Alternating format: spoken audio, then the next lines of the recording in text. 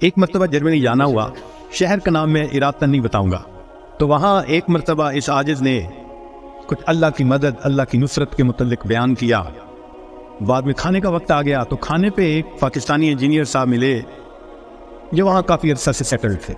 مجھے کہنے لگے جی میں آپ سے ایک بات عرض کروں۔ میں نے کہا کیا؟ کہنے لگے اللہ تعالیٰ مولویوں کی بڑی فیور کرتے ہیں۔ میں نے کہا بات تو سچ ہے۔ اب چونکہ کھانا کھا رہے تھے پھر وہ کھانا کھانے لگے، پھر کچھ دیر کے بعد کہنے لگے جی اللہ تعالیٰ مولویوں کی بڑی فیور کرتے ہیں۔ اب میں نے دیکھو ظاہر میں کہ وہ تو بے شک نہ داڑھی تھی نہ کچھ تھا، ایک عام جیسے انجینئر کی زندگی ہوتی ہے، ایک خوبصورت نوجوان تھا عام زندگی گزارنے والا۔ جب کھانا ختم ہونے لگا نا تو پھر ذرا میرے وہ قریب ہو کے بیٹھ گیا، پھر کہتا ہے جی اللہ تعالیٰ مولویوں کی بڑی فیور کر۔ اب مجھے سمجھ لگی کہ یہ کچھ کہنا چاہتا ہے لیکن ذرا اس کو وقت چاہیے، علیحدگی چاہیے۔ تو وہ ہم لوگ الگ کرسیوں پہ جا کے بیٹھ گئے۔ میں نے اس سے پوچھا آپ کیا کہنا چاہتے ہیں جو بےتاب ہے اتنی دیر سے؟ کہتے ہیں جی اپنا واقعہ سنائے۔ کہنے لگا جی میں نے لاہور سے انجینئرنگ کی، پھر یہاں ایک کمپنی میں میری نوکری لگی، بہترین نوکری، زبردست تنخواہ، اور میں انٹیلیجنٹ بھی بڑا۔ میں پچھلے اتنے سالوں سے اس کمپنی میں نوکری کر رہا۔ ہمارے دفتر میں یہاں کے ماحول کے مطابق مرد بھی انجینئر ہیں، لڑکیاں بھی انجینئر ہیں۔ تو ایک لڑکی انجینئر جرمنی کی، وہ ہماری کولیگ تھی، اتنی خوبصورت تھی کہ دیکھ کے بندہ سوچتا تھا کہ اللہ نے ایسی بھی مخلوق پیدا کی ہے، اور اس کے ساتھ ساتھ اتنی ذہین اور اتنے اچھے اخلاق والی کہ دفتر کے جتنے جوان لڑکے تھے ہر ایک وش کرتا تھا کہ میرے ساتھ اس کا تعلق جڑ جائے۔ جرمن بھی اسی کوشش میں لگے ہوئے تھے، دوسرے بھی کسی کوشش میں، مگر اس کی زندگی بڑی کلین نظر آتی تھی۔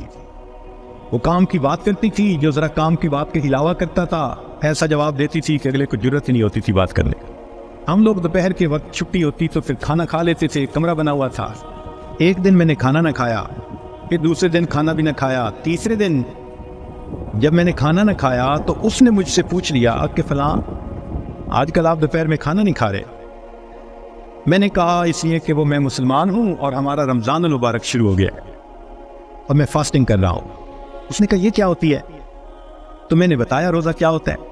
اس کو تھوڑا انٹرسٹ فیل ہوا، کہنے لگا میرے لیے تو بہت ہی اچھا ٹاپک مل گیا۔ میں نے بھی کھول کے بتایا فاسٹنگ کیا ہوتی ہے، اور اس کی انٹرسٹ کو دیکھ کے کہا اچھا میں باقی باتیں تمہیں کل بتاؤں گا۔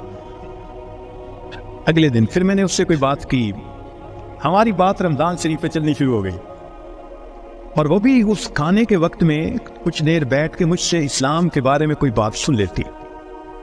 میری کوشش یہ تھی کہ رمضان شریف کے دوران میری بات چیت اتنی شروع ہو جائے کہ کمفرٹیبلی ہم ایک دوسرے سے کمیونیکیٹ کرنے لگ جائیں۔ جرمن لڑکے مجھے دیکھتے تو وہ مجھ سے بڑے خفا ہوتے، یہ اس کے ساتھ بیٹھ کے کیوں 10 منٹ باتیں کرتے ہیں بھائی، جب سے ہم سے 1 منٹ بھی بات نہیں کرتی۔ خیر رمضان شریف ہونے تک مجھے اتنا اندازہ ہو گیا کہ اس کے ذہن میں اسلام کے بارے میں مزید جاننے کا بھی شوق موجود ہے۔ تو میں نے کچھ انگریزی کی کتابیں بھی اس کو منگا کے دی کہ پڑھو، اور میں تو چاہتا تھا اللہ کرے یہ مسلمان بنے، پھر تو ہمارا ہی نمبر لگے گا، کیونکہ باقی تو سارے یہاں کافر ہیں۔ بڑی میری کوشش تھی اور میں بڑے خلوص سے کوشش کر رہا تھا یہ مسلمان بن جائے۔ اللہ کی شان کہ جو باتیں میں بتا سکتا تھا میں نے بتائیں، اور کچھ باتیں اس کو میں نے کہا کہ بھئی تمہارے قریب اگر کوئی مسجد ہے وہاں عالم ہے تو ان سے کوسچن پوچھ لو۔ 6 مہینے اس لڑکی نے اسلام کو اسٹڈی کیا، اور ایک دن آ کے وہ مجھے کہنے لگی کہ کل میں نے کلمہ پڑھ لیا ہے، اور میں نے دیکھا کہ اس نے اپنا سر بھی ڈھکا ہوا تھا۔ تو یہ اس بات کی دلیل تھی کہ یہ مسلمان بن چکی۔ میری تو خوشی کے انتہا نہیں تھی۔ میں نے عشاء کے بعد 10 رکعت شکرانے کے نفل پڑھے کہ یہ مسلمان بن گئی۔ میں کولیگ بھی ہوں، مسلمان بھی ہوں، اس کے پاس تو کوئی دوسری آپشن ہی نہیں ہے، تو اب میرا کام آسان ہو گیا۔ اب وہ جب موقع ہوتا نماز بھی پڑھتی، مگر زندگی چلتی رہی۔ سال میں ہمیں چھٹیاں ملتی تھیں جو اکثر وہاں کے مقامی لوگ یورپ میں ادھر ادھر بیچز پہ گزارا کرتے تھے۔ بات چلی کہ بھئی اس دفعہ چھٹیوں کا پروگرام کیا ہے؟ اس نے کہا کہ میرا ارادہ ہے کہ میں اس دفعہ ٹرکی جاؤں گی، سنیں وہاں بہت مسجدیں ہیں اور بہت علماء ہیں، میوزیمز ہیں، تو مجھے ذرا اسلام کو اور زیادہ اسٹڈی کرنے کا موقع مل جائے گا۔ میں نے سوچا ترکی جائے گی تو میرا کیا فائدہ. اب میں نے اس کو آئیڈیا دیا, فوڈ فار تھاٹ. ان کا تمہیں کیا پتا, اصل تو دین پاکستان میں ہے. اتنی مسجدیں ہیں, اتنے یہ علماء ہیں, اتنے فلاں ہیں. اب میں نے ایسی سہانی سٹوری اس کو سنائی کہ اس کو لگا کہ اگر مجھے دین سمجھنا ہے تو شاید وہاں انفارمیشن زیادہ مل سکیں گی. اور ادھر میں نے اپنی امی کو فون بھی کر دیا, امی میں کوشش کر رہا ہوں کہ یہاں سے ایک لڑکی آ جائے پاکستان, بس اس کو پھر آپ شادی کے لیے تیار کرنا, یہ آپ کا کام ہوگا. امی نے کہا بیٹا بات ہی کوئی نہیں. میری بہن ایک ایم اے انگلش تھی, ایک ایم اے اکنامکس تھی. بہنوں نے بھی کہا تو ایک دفعہ لے آؤ اس کو, ہم اس کو تیار کر دیں گے, مسئلہ ہی کوئی نہیں. اب میری کوشش کہ کسی طرح یہ سفر کرے. 2-3 دن وہ سوچتی رہی, پھر اس نے کہا کہ اچھا ٹھیک, میں نے ارادہ کیا ہے کہ ان چھٹیوں میں پاکستان جاؤں گی, مگر میں اپنی ارینجمنٹس خود کروں گی. تم فلائٹ نمبر بس بتا دو, کب جا رہے ہو. تو میں نے کہا ٹھیک. اب جس دن میں نے فلائٹ پہ آنا تھا, اور اس نے بھی 2 لفظ کہے تھے کہ ہاں میں بکنگ کروا لوں گی, کہنے لگا کہ میں تو 1 گھنٹے, میں نے 3 گھنٹے پہلے پہنچنے کی بجائے 4-5 گھنٹے پہلے پہنچا ہوا تھا. جلدی سے چیک ان کروا کے اب میں تلاش کر رہا تھا کہ کب آئے. خیر اس کو آنے میں کچھ دیر ہو گئی, مگر میں نے دیکھا کہ وہ آ گئی تو میں بڑا مطمئن ہو گیا, اب یہ پاکستان آ رہی ہے.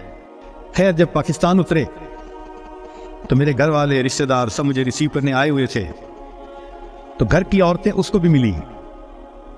اس نے کہا کہ دیکھو میں نے ہوٹل کی بکنگ کروائی ہوئی ہے اور میں اس وقت تھکی ہوئی ہوں سفر کر کے, تو میں سیدھا ہوٹل میں جاؤں گی, اور کل جب میں کسی وقت فریش ہوں گی نا تو عورتوں کو کہا کہ تم ہوٹل آ جانا, میں تم سے ڈسکس کر لوں گی کہ مجھے کہاں کا انفارمیشن مل سکتی ہے.